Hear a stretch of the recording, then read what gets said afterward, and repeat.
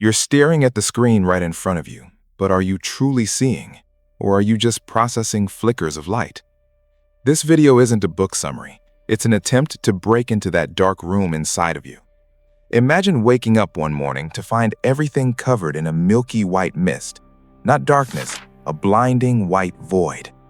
Is this book just fiction, or is it an experiment designed to strip away your mask of civilization? Perhaps what's truly terrifying isn't the world outside going dark, but the light inside you going out. If you click away now, you're not just closing a video, you're walking away from a chance to question your own reality. You'll find the answer to the question I asked in the first 10 seconds within your own conscience by the end of this video. Just like the Big Brother surveillance we discussed in our 1984 analysis, here you were the one being watched, but your eyes are closed. If you're ready, we're laying down on Jose Saramago's cold table. The autopsy begins. Think of that first man suddenly falling into a white void while behind the wheel. No reason, no medical explanation, just a white blindness. This man is actually you. Weren't you already blind while waiting in traffic, commuting to work, or losing yourself in the endless grind of daily life? Saramago doesn't give his characters names. He calls them the first blind man, the doctor's wife, the old man with the black eye patch. Because names are just labels, and in the face of a catastrophe, labels burn away. It's like that desperate beginning in The Last of Us, but here, the enemy isn't a fungus, it's your own biology. This blindness is a metaphor for a contagious moral collapse. The fragile glass jar we call civilization shatters into a million pieces in an instant. If you're living through an internal conflict, this whiteness will remind you of just how tainted you really are. So, is this whiteness a punishment or a liberation? As the blindness spreads, what is the state's reflex? Quarantine. People locked away in a decrepit, abandoned asylum. Here, Saramago dissects the state and authority. Fear is the fuel of choice for those in power. The brutal methods the soldiers use to control the blind are in fact a reflection of how modern society views the other. Watching this, you might think of Black Mirror episodes, not the failure of technology, but the bankruptcy of the human soul. The filth inside begins to outweigh the whiteness outside. The doctor's wife, she is the only one who doesn't lose her sight. Is this a blessing or a curse? In a world where everyone is blind, seeing means shouldering the filth of the entire world alone. If it were you, would you want to carry that burden, or would you surrender to that peaceful whiteness? Modern man prefers to play blind rather than take responsibility. Imagine the chaos inside that hospital, the fights over food, the total collapse of hygiene, and most importantly, the evaporation of dignity. Saramago walks us through a museum of humanity, but the only thing on display is decay. That primal competition between characters is the embodiment of Thomas Hobbes' "Man is a wolf to man." A group of wicked blind men seizing food at gunpoint. Power returns in its darkest, most primitive form. This isn't just a prison story, it's a physical manifestation of the cancel culture on social media, that unchecked, raw power. The moments where women's bodies become mere commodities should make the viewer's stomach turn. Because when Saramago asks, "What is a human?" he looks for the answer at the absolute bottom. Are we monsters or just victims of circumstance? And who is Jose Saramago? He isn't just a writer, he is a moral inquisitor. This Nobel-winning genius rose from the dusty roads of Portugal to shine a light into the deepest corridors of the human soul. His writing style, the total lack of punctuation, is actually that never-ending white mist itself. Sentences flow into one another, dialogues intertwine, just like the blind bumping into each other. Saramago forces you to get lost in the text. While he questions God and religion, he doesn't try to sanctify man. Instead, he throws in our faces just how fragile a God we've created. Remember the church scene in the book, the scene where every saint is blindfolded, the irony of believing in a creator who cannot see. With this work, Saramago holds up a mirror to us. If you don't like what you see in that mirror, don't blame the glass, blame the darkness of your own face. When the escape from quarantine begins, we realize that the outside world is actually just one massive quarantine zone. The city has devolved into a wasteland of corpses and filth. No power, no water, no order, only the raw instinct to survive. This scene always reminds me of Cormac McCarthy's The Road, that dystopian nightmare we analyzed before.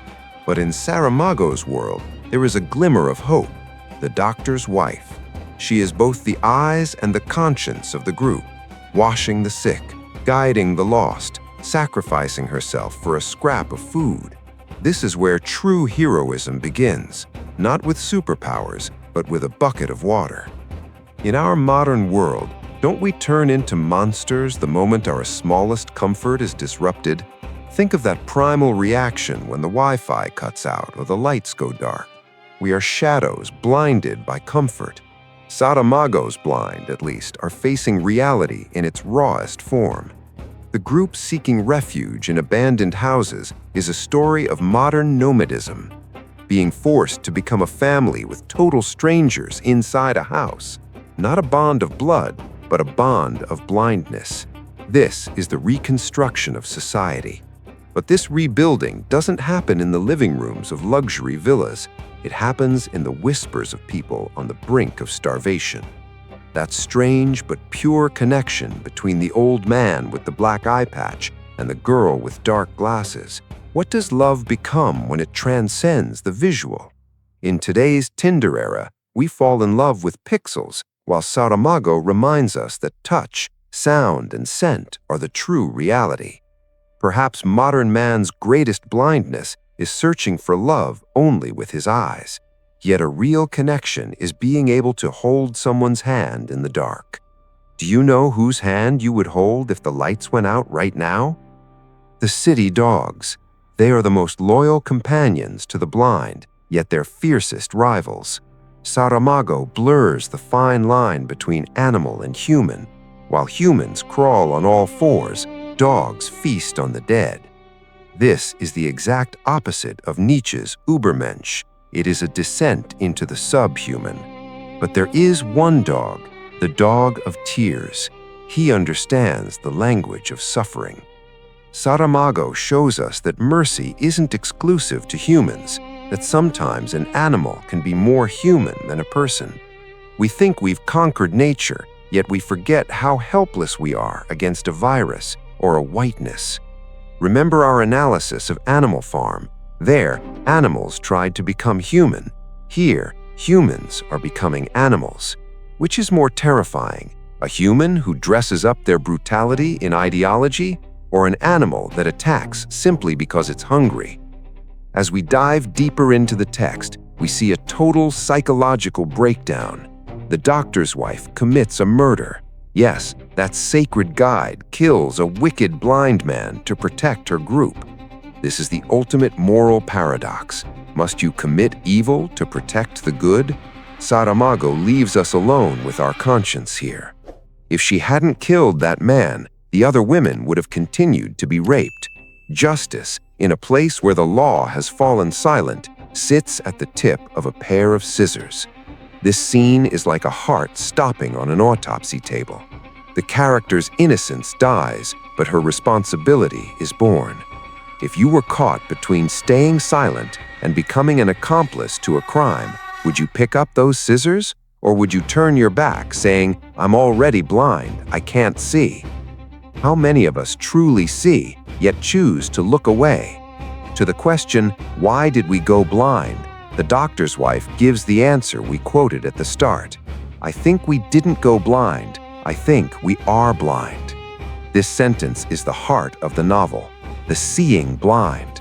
We who see the pain, the injustice, and the exploitation around us but do nothing, focused only on our own little worlds. Saramago's observation is a critique of modern sociology. We think we know the world because we stare at screens, but we're actually just watching that white mist we're being shown. Like looking at artifacts behind glass in a museum, we watch life from a distance. Real blindness isn't a physical disability, it's a spiritual numbness. The world Saramago created is the massive prison of indifference that we inhabit every single day without even noticing. So I ask you now, how many things did you choose to ignore today? Toward the end of the novel, people miraculously regain their sight. But is this a happy ending? No. What they encounter when they start to see is a ruined city and the shame of the crimes they committed against one another. When the light returns, you are forced to face what you did in the dark. This is a sort of judgment day. While Saramago gives us hope, he also burdens us with something heavy: memory. Now that you can see, can you truly forget the atrocities, or would you rather close your eyes again? It's like a patient having their bandages removed after surgery, except what waits outside isn't a beautiful view, but the wreckage of your own making. The classic Western theme of redemption is replaced here by confrontation. One day, when we wake up as a society, we too will see exactly who we left behind under this rubble. Look at the state of our world right now. The climate crisis, wars, the threat of AI. Don't you feel like we're all living in our own white blindness? This work, written by Saramago in 1995, feels eerily close to the reality of 2026. We are the blind, equipped with high technology. We have access to information, yet we are closed off to wisdom. This video is less of a book review and more of a distress signal. If we don't change our current trajectory, Saramago's abandoned asylum will become home for us all. The future isn't just something we wait for, it's a structure we build through the choices we make every day. Blindness tells us that we must open our eyes during this construction process, but not just our eyes, our hearts too. Because true darkness begins the moment we stop feeling the pain of others. When you finish this video, through which lens will you look at life? If you've made it this far, it means you're now a part of our Autopsy Museum community. Here, we don't just turn pages, we peel back the layers of the soul. In the sequel, Seeing, Saramago takes it even further, exploring the blindness at the ballot box. But first, we must pass this lesson. To read this book is to look in a mirror and ask, who am I? If you are living through an internal conflict, if the direction of the world makes you uneasy, then Saramago is speaking your language. He wasn't a nihilist, he was a realist. He showed us the worst of humanity so that we might find our best. Remember our other dystopian analyses on this channel, especially Brave New World. There, we were blinded by happiness. Here, we are blinded by pain. We are the pendulum swinging between these two extremes. We are slowly reaching the end of this autopsy. Did Saramago's sharp scalpel leave a mark on your conscience today?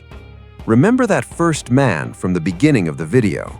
That man was actually you, the one who thought they'd wake up one morning and everything would be normal.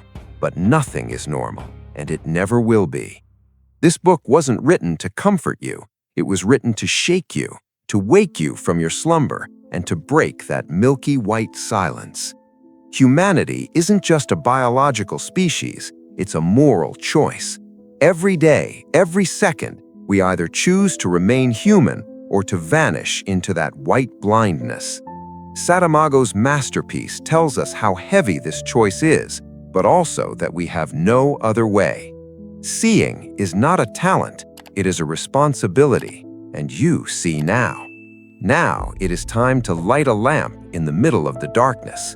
Are we just a part of the future, or are we creating it?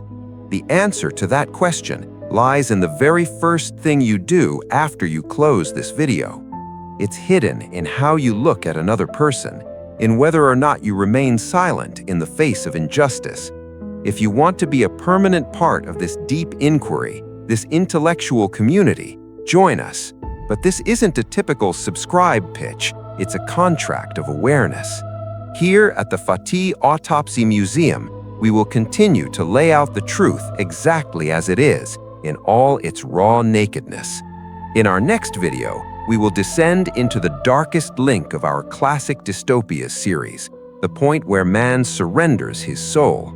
Until then, keep your eyes open, because remember, the seeing blind are far more dangerous than the blind in the dark. Ask yourself one question: do I truly see?